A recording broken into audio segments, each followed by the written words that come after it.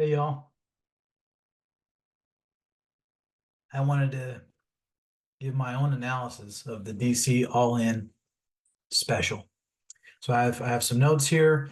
I've just been in awe of the storytelling and in this new direction that DC is taking us. And it's pretty cool and it's pretty neat. And there was a lot in there that, yeah, I was like, whoa, I don't understand this. And there was a lot in there that I was like, oh my goodness. And so I'm just in of the story that DC is creating. It's not a reboot. It's not a soft reboot. They're just focusing on these new stories with this new initiative, the DC All In initiative. And I just wanted to get my breakdown because I've read it, I've reread it. It's been an interesting story to start us off in this All In initiative. First and foremost, thank you to the entire creative team behind this new initiative, and for all those who have come before and all those that will come after. I do recommend reading Absolute Power. They are coming up with the compilation. I believe it's in February or March. To read all of it, to be engaged with all of it is important to this new direction. But if you have Absolute Power number 4, you're going to get the end all, the final showdown. Everything that happens in here is super important that leads into the DC All In special. Now, a couple of hangups for me. I understand major spoilers. If you haven't read it yet, go read that or watch this as you read. Is when the Amazos are basically defeated and all the powers get returned to the supers. I'll have some images flashing up here of important aspects that I thought of, and they get returned to the superheroes. Not everybody got their powers back, and some powers were given to other heroes. So how that impacts them is going to be interesting. I personally love Barry Allen, the Flash. I know many of you love Barry Allen, the Flash. I know other people love Wally West. I love Wally West and how he's probably going to be the main Flash. But Barry Allen right now has no powers. And it's like, come on. Every time there's like a major event, something happens to Barry Allen, the Flash, which is okay. It's part of storytelling. So that's a major spoiler, especially that it comes from here. Um, that was quite interesting to me. So I'm wondering how Flash is going to get his powers back. I'm also wondering how Wally West is going to take the rest of the reins. Another big spoiler is that the multiverse is closed, and that is a big deal. And it made me really just think of the DCU. It made me think of the Elseworlds. It made me think of it's not coming to my brain right now. Crisis on Infinite Earths, how they wrapped up that animated trilogy and feature. And so it's not that the omniverse or the multiverse is gone, it's more that it's closed off. And I know that in Crisis, it's kind of confusing because there's only just one universe. So that's all interesting. It just made me think of how, DC Studios is coming and starting their own thing, which, by the way, I think it's great that James Gunn and Jim Lee are going to be teaming up for some Superman comics next year. And I think it's just going to be tied to the Superman movie, but we're going to find out. That was a tidbit. So, yes, pick this up. This is important. And then, of course, the main event, the DC All In special. I'm going to open it. Don't worry. And it is a flip book, which is pretty cool. So this is, the dark side story, and then this is the main continuity storyline.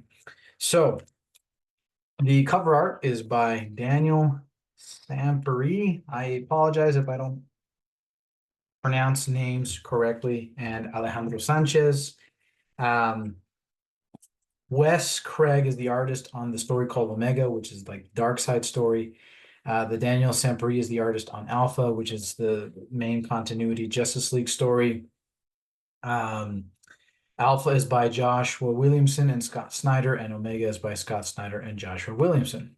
Got some notes here to keep me on track so you guys don't get super duper bored. Um, Biggest thing, sorry, I thought the door was doing something. Halloween. Take some Dr. Pepper. So the main story starts us off with Superman narrating. I think that's really cool. There's a duality to this.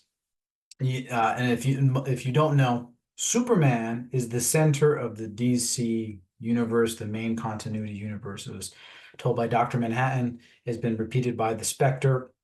I think it makes sense. He is the hope. He is the awesome that holds the DC universe together. So in the Alpha storyline, most of it is narrated by Superman, and he's kind of like the major main focus. But I think a lot of people have a lot of important pieces to play. Of course, you have Batman and Wonder Woman and the Justice League in general. And so the story starts off with Superman narrating the beginnings of Justice League Unlimited, which is fun.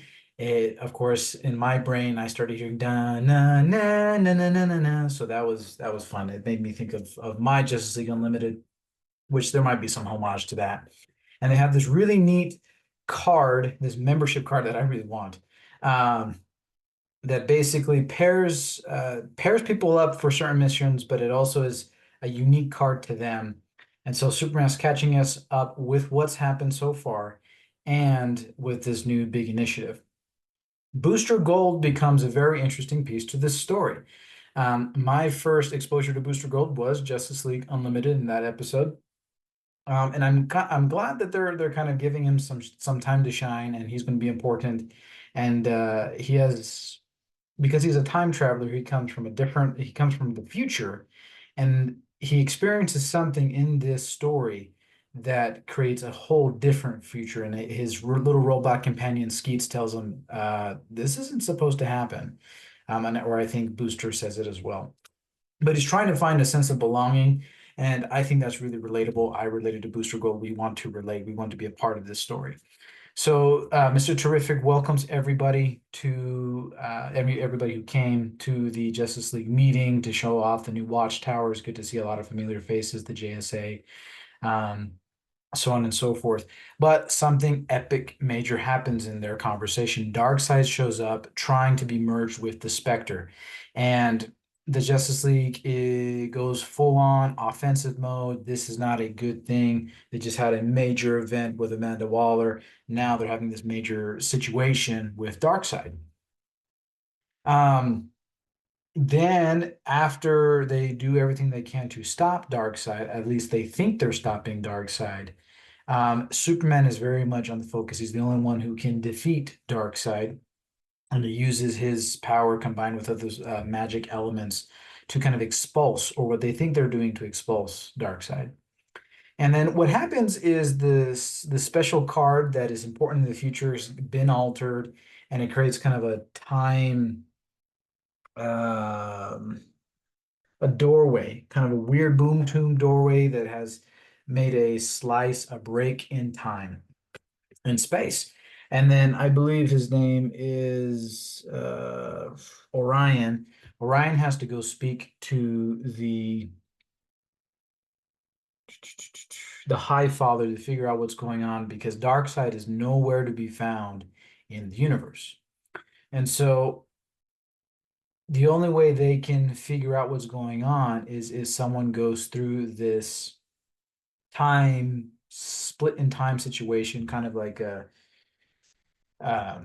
can't describe it. There's just this it's cut there's a cut in space and time. Something's going on, but they don't have access to the multiverse. So Booster Gold volunteers. You need a time traveler to go through these things. They have Skeets attached to him, but the line breaks. He shows up to this apocalypse type world, and he sees what's going on. You can infer what's going on, but no one's going to believe it. And because there has been a disconnect between him and the Justice League, they don't know what's happened. And this is the interesting part. This is another spoiler. Something happens where it's as if they don't know that Booster Gold was sent. You kind of, you'll see it. You'll see that they had a moment where they had Booster Gold, and then they had another moment where they knew that they sent Booster Gold and they've all wanted to go. Superman said that there must be a way, but then it kind of flashes out of nowhere, and it's as if they don't remember just the last couple of minutes. And so then we see in horror what Booster Gold can see, and it's not the Legion of Superheroes, it's the Legion of Doom. If you do the flip book, you're going to see Darkseid's story. It's very interesting duality. I really enjoyed the duality of the stories. And this is from Darkseid's perspective. He's been isolated. He's been trying to figure out how to be more, how to be something more than what he is. Um, and he's created two things. He's created some sort of boom tube time traveling device, and he's also created a miracle machine. And so he goes on this journey, this journey that changes everything to understand what the truth is. When the multiverse got sealed off, he's felt this surge of energy. And he's stopped by all these big major characters in the DC universe to the point where he finds out some of the truth and then he goes after the Spectre.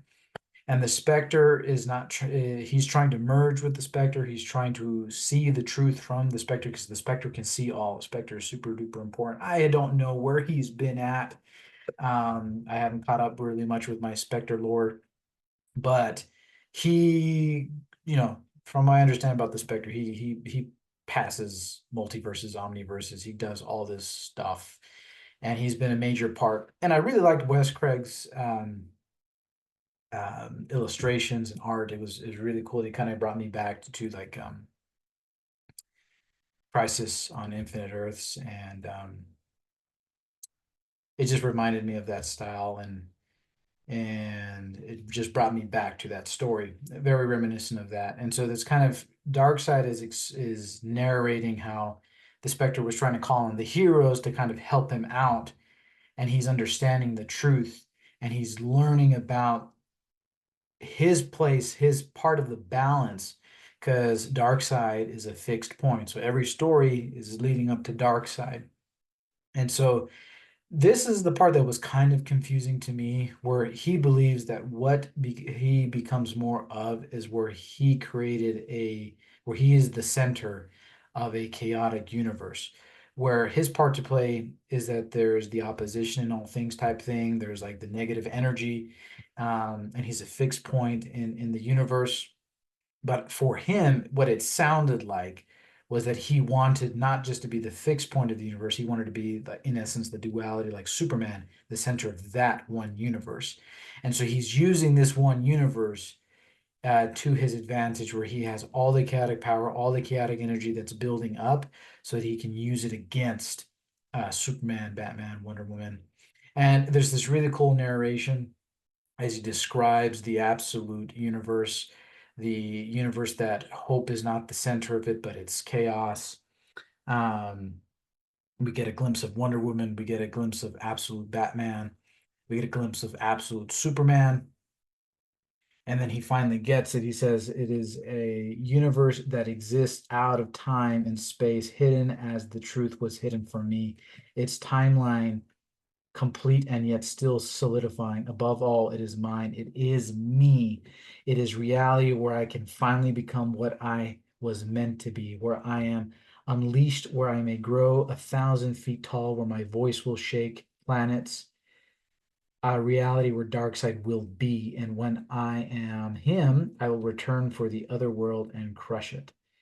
Um, so that is the story of the beginning of the All-In Initiative and the Absolute Universe and the main universe.